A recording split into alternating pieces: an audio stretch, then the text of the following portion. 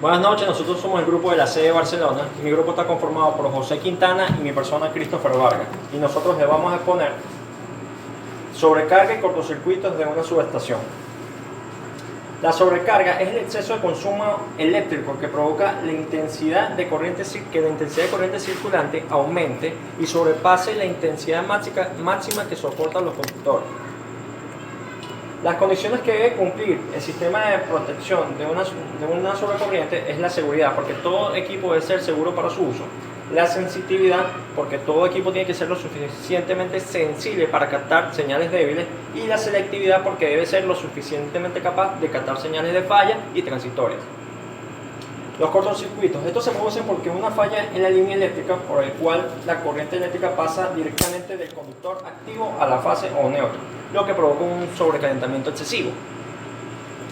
La gravedad de los cortocircuitos son los trifásicos, que son cuando las tres fases entran en corto, los bifásicos, que son cuando dos fases entran en corto, y los monofásicos, que son cuando una sola fase está en corto. Los postes también se les conoce como apoyos y son los elementos que soportan los conductores y los demás componentes de la línea, separándolos del terreno como tal. La existencia la exigencia de la norma que establecen que los postes podrían ser de cualquier tipo de material mientras cumpla con la seguridad correspondida. Según la función de los postes, en una línea se pueden clasificar por postes de alineación, postes de ángulo, postes de amarre, postes de fin de línea y postes especiales. De acuerdo a su uso, se pueden catalogar como postes de baja tensión, de alta y baja tensión, de transformación monofásico, trifásico y especiales. Sistema de distribución. Este es un conjunto de instalaciones de entrega de energía eléctrica a los diferentes usuarios, comprendidas entre los centros de energía disponibles y las acometidas. Los centros podrían ser las subestaciones, por ejemplo. Un sistema de distribución comprende la red de distribución secundaria, son las que transforman la energía a una tensión más baja para la distribución parcial y regulan la aplicada a los centros de carga. Las subestaciones transformadoras son las que transforman la energía a una tensión más baja para la distribución parcial y regulan la tensión aplicada a los centros de carga. Instalación de alumbrado público. Son el conjunto de dispositivos necesarios para dotar la iluminación a vías y lugares públicos, abarcando las redes y las unidades de alumbrado público. Tensión nominal en el sistema es la tensión sobre la que se denominan los sistemas, según la cual se determinan ciertas características de su funcionamiento y aislamiento. Buenas noches, mi nombre es José Quintana, soy el otro compañero del amigo Christopher Vargas. Voy a seguir exponiendo sobre la clasificación funcional de los sistemas de distribución. Los sistemas de subtransmisión son circuitos que llevan la energía de la subestación de subtransmisión a las subestaciones de distribución. Acá vemos en la imagen un sistema de generación de energía, o sea, el sistema de transmisión completo, donde tenemos acá el sistema de generación, donde nos generan la energía 25 kV, una subestación elevadora que eleva la tensión a tensiones de transmisión que puede estar comprendida entre los 400 y 800 kV.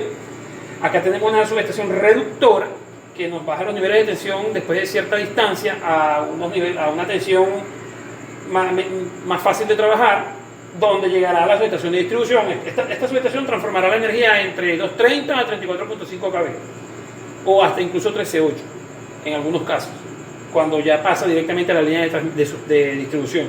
Pero en la mayoría de los casos, generalmente las de reductoras llegan hasta 34.5 kV, donde nos llega una subestación de distribución, que recibirá la tensión comprendida acá en Venezuela, por lo general entre 115 y 34, y tendrá una salida de 13.8 kV hasta llegar a los centros de consumo, ya sea los circuitos de distribución o las casas. En este caso, lo que es la subtransmisión está comprendida entre la subestación de reductor y la subestación de distribución como tal. Ok, subestación de distribución.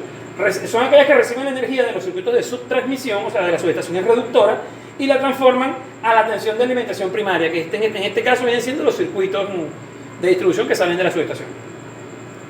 Circuitos primarios alimentadores. son aquellos circuitos que salen de las subestaciones de distribución hasta las transformadores de distribución.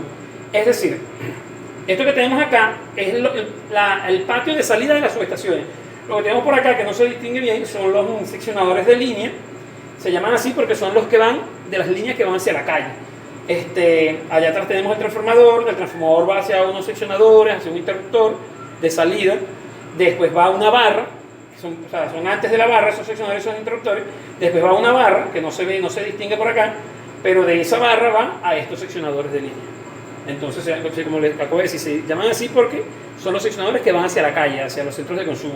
Y de allí, bueno, van a los hogares, esos postes que se ven en la calle con 3 transformadores, con 2 transformadores o con un transformador, es lo que se conoce allí como transformadores de distribución. Transformadores de distribución son aquellos que están instalados sobre postes, casetas o sótanos situados lo más próximos a los clientes y convierten la energía a tensiones de servicio. Acá tenemos la foto de un transformador tipo Pasmauter, acá tenemos de XKVA y acá tenemos la foto de 2 transformadores de 50 kV de distribución. Acá podemos ver que estos transformadores son de FC8 porque contienen 2 bushing de alta tensión. Antes los de 34 traían 2 bushing, pero eso fue cambiado por normas eléctricas hace mucho tiempo. Estos son los tipos de transformadores que vemos comúnmente en la calle. Este tipo de transformador se utiliza por lo general en centros comerciales, conjuntos de apartamentos, conjuntos residenciales grandes. Estos son por lo general para la calle, centros de distribución de energía aérea. Circuitos secundarios son también conocidos como redes de baja tensión y son quienes reparten la energía de los transformadores de distribución por las proximidades del consumidor, pueden ser aéreos o subterráneos. Es lo que por lo general se consigue como líneas de baja tensión. Van comprendidas entre 110 y 220 voltios acá en Venezuela. En otros países se trabaja en función a 440, 480, 277, pero por lo general en esos niveles de tensión se trabaja subterráneo. Acá en Venezuela también trabajamos con 480 y 277, pero ese nivel de tensión es exclusivo para las empresas privadas, para las empresas que trabajan con líneas de producción, que trabajan con motores, maquinarias pesadas, que trabajan con ese nivel de voltaje. Entonces sus transformadores por lo general tienen una salida de 480 a 277 y ellos a través de transformadores secos convierten la tensión de 480 a 220 110. Acometida. Son los circuitos secundarios que van desde los transformadores hasta los breakers de entrada de la caja del alimentador. O sea, no necesariamente tiene que ir desde el transformador, puede ir de las líneas de baja tensión. En el caso de que sea una acometida privada, un transformador privado, bueno, va directo desde el transformador. Pero por lo general va, como vemos acá, desde la línea hasta la casa. Pues, una imagen de un cable de teléfono, pero es un ejemplo válido. Proceso de distribución de energía eléctrica. El proceso de distribución de energía eléctrica comienza con la distribución, que es el transporte de energía eléctrica hacia los puntos de consumo o carga, o sea, hacia las ciudades, sectores, hogares, etc. La red de distribución, que es el conjunto de circuitos eléctricos conectados entre sí, eventualmente interconectados con otras redes eléctricas. Y los circuitos eléctricos de distribución, que son aquel conjunto de soportes, conductores, transformadores, o sea, todos aquellos elementos que están de alguna u otra forma relacionados con todo lo que es la red de distribución de energía. Los postes que vemos en la calle, los transformadores, los herrajes, todo aquello que ayuda a llevar la energía hacia nuestros hogares. Clasificación de los circuitos de distribución según su construcción. Pueden ser aéreos, que son aquellos cuyos conductores están situados por encima del suelo y soportados por medio de apoyos y aireadores apropiados, es decir, los circuitos, los postes de alta tensión que ven por allí, de 13.800 por lo general. También podemos verlos de 34.5 kV en algunos casos especiales, lugares foráneos o simplemente industrias que trabajan con ese nivel de tensión. También tenemos los circuitos subterráneos, cuyos conductores están instalados por debajo del suelo y en ductos, canalizaciones. También se utilizan bancadas, son cables especiales que están diseñados para soportar condiciones diferentes a los de los cables aéreos. Son enchaquetados. Según el nivel de voltaje, se pueden diferenciar en circuitos primarios, que son parte del circuito ubicado antes del transformador o transformadores de distribución. Es decir, son aquellos que vienen de las subestaciones reductoras, ¿verdad? En distribución para efectos técnicos se le conoce como parte de alta tensión, pero de la red como tal, por tener mayor voltaje de trabajo, aunque a nivel eléctrico se considera media tensión hasta 34.5 kV, que son Las subestaciones por lo generalmente son los voltajes generales en subestaciones de distribución. Y hay subestaciones de distribución que también trabajan con 115 kV, que ya eso sí se conoce. Ese es como el umbral máximo de la media tensión. Pero a nivel acá de Venezuela lo conocemos como alta tensión. En distribución todos los transformadores son reductores. ¿Okay? Solamente en generación vamos a ver transformadores elevadores. ¿Okay? Circuitos secundarios son parte del circuito ubicado después del transformador de distribución y también se lo conoce como lado de baja tensión, pero eso es ya dentro de la subestación. Cuando vamos a la calle, eso es un circuito de alta tensión vulgar, ya que estamos hablando de tensiones comprendidas entre 13.8 y 34.5 kV y no se pueden trabajar energizados sin una protección especial. Okay. Según la carga transportada, se pueden conocer como circuito o troncal, que es aquella parte del circuito por donde se transporta la mayor cantidad de carga. ¿Qué quiere decir esto? Es la línea principal, la que sale de la subestación, va desde un punto A hasta un punto B. En el camino hay varias, vamos a decir que es una línea recta, ¿verdad? De un punto A a un punto B, y que el camino tiene 5 líneas horizontales que la cruzan. Entonces, el troncal sería la línea principal, no las que van transversalmente. Circuito o ramal, en este caso son las derivaciones del troncal, que generalmente son conductores de menor calibre. Acá tenemos un ejemplo desde la subestación, que sale de la subestación hasta el final de la línea de distribución. Acá tenemos la línea o troncal principal, y estas dos que bajan así son los ramales. Son circuitos que manejan menor carga, ya que ellos llegan desde ese punto hasta un punto X, por lo general más corto, y trabajan con mucho menos carga. Carga y demanda. La carga es la capacidad que viene en la placa de los aparatos eléctricos operando bajo condiciones dadas. Se miden en kilovatios, kilovoltios, kilovoltampere, kilowatts o amperios. La clasificación más frecuente utilizada son, por su ubicación geográfica, como urbanas o rurales, por el tipo de consumidor, si es residencial, comercial o industrial, que vienen los clientes especiales, o por su dependencia en el servicio eléctrico, si son normales, de emergencia o crítica. La carga normal es la carga de los consumidores convencionales, las comunidades locales. La emergencia, cuando hablamos de clínicas, hospitales, etc. Y carga crítica son aquellas cargas que no necesitamos permisos especiales para poderlas sacar de sistema, de servicio. Demanda. En un sistema eléctrico es la carga promedio recibida en los terminales de un determinado intervalo, en los terminales del transformador, en un determinado intervalo de tiempo. Está expresada en kilovatios, kilovoltamperios, kVA o amperios, y en otras unidades aplicables a la carga.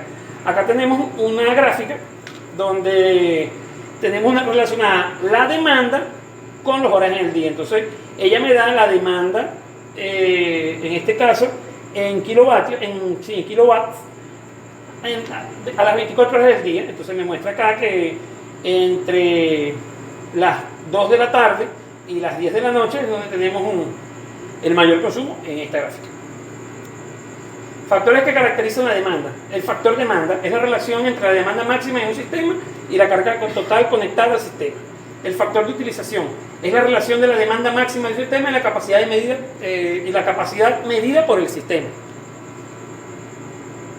Factor carga es la relación de la carga promedio en un determinado periodo de tiempo y la carga pico ocurrida en ese intervalo. El factor diversidad. El factor diversidad es la suma de las demandas máximas individuales dividido entre la demanda máxima coincidente. Es decir, la demanda 1, por ejemplo, el factor de diversidad es igual a la demanda 1 más demanda 2 más demanda 3, y lo dividimos entre la demanda máxima coincidente. Factor de coincidencia es la relación máxima entre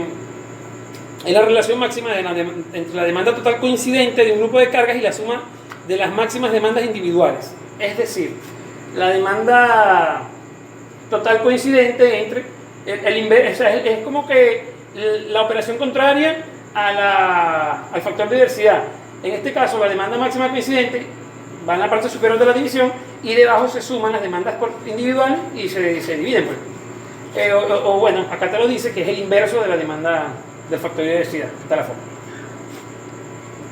Diversidad de carga es la diferencia entre la suma de los picos o dos cargas individuales e individuales a la máxima demandada.